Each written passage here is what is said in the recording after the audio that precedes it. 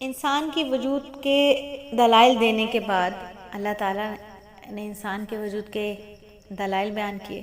اس کے بعد 3 قسم کے تکوینی دلائل بیان کیے. 7 آسمان اور اس کے اندر جو عجیب مخلوقات ہیں ان کی تخلیق، پھر بارش کا برسانا اور اس کے ذریعے مختلف غلجات اور پھلوں کا اگانا، پھر چوپائے اور ان کے اندر دودھ، گوشت، اون، سواری، باربرداری جیسے منافع کا پیدا کرنا. اللہ تعالیٰ کی قدرت ہے، اس کی وحدانیت کے دلائل ذکر کیے اللہ رب العزت نے. اور یہ وحدانیت اور قدرت کے دلائل ذکر کرنے کے بعد اب صورت کہاں منتقل ہو رہی ہے؟ صورت منتقل ہو رہی ہے بعض انبیاء کرام کے قصص کی طرف. اور یہ سلسلہ حضرت نوح علیہ السلام، حضرت ہود علیہ السلام، حضرت صالح علیہ السلام، حضرت موسیٰ، حضرت ہارون، حضرت عیسیٰ بن مریم کے قصے بیان کیے گئے ہیں اس صورت میں. آیت نمبر 33 سے لے کر آیت نمبر 50 تک انبیاء کے قصے ہیں. اور تمام انبیاء کی ایک ہی دعوت ہے، ایک ہی دعوت ہے. ہر نبی ایک ہی دعوت دینے آئے. 4 سوالوں کا جواب یاد کرانے کے لیے آئے ہیں. یہ مونٹیسری کے سوال نہیں ہیں کہ اتنی جلدی یاد ہو جائیں گے.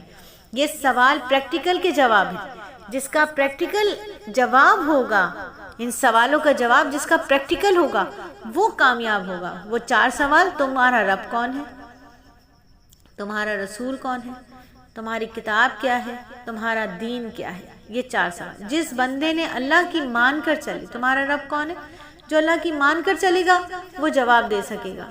یہ رٹا تھوڑی ہے کہ میرا رب اللہ ہے، یہ رٹا نہیں ہے. جو سوال کے اوپر عمل کرے گا، جواباً عمل کرے گا، وہ کامیاب ہے. تمہارا نبی کون ہے؟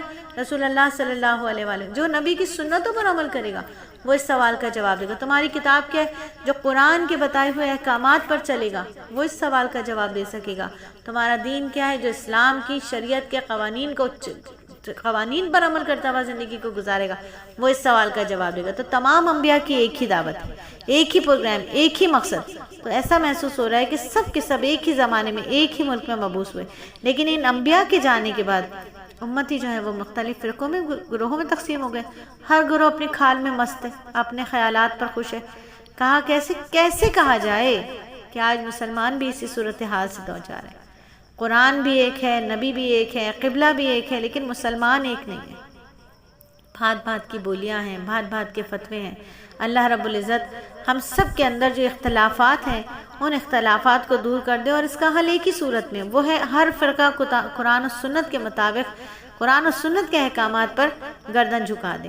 بس سر تسلیم خم ہے جو رب کائنات میں آئے. بس جو میرے رب کا حکم ہے وہ میرا طریقہ ہے، جو میرے رب کا حکم ہے وہ مجھے ماننا ہے، جو میرے نبی کا طریقہ ہے وہ میرا طریقہ ہے. اور ایک طرف وہ لوگ ہیں جو کیا کر رہے ہیں؟ جنگ کرنے میں مصروف ہیں.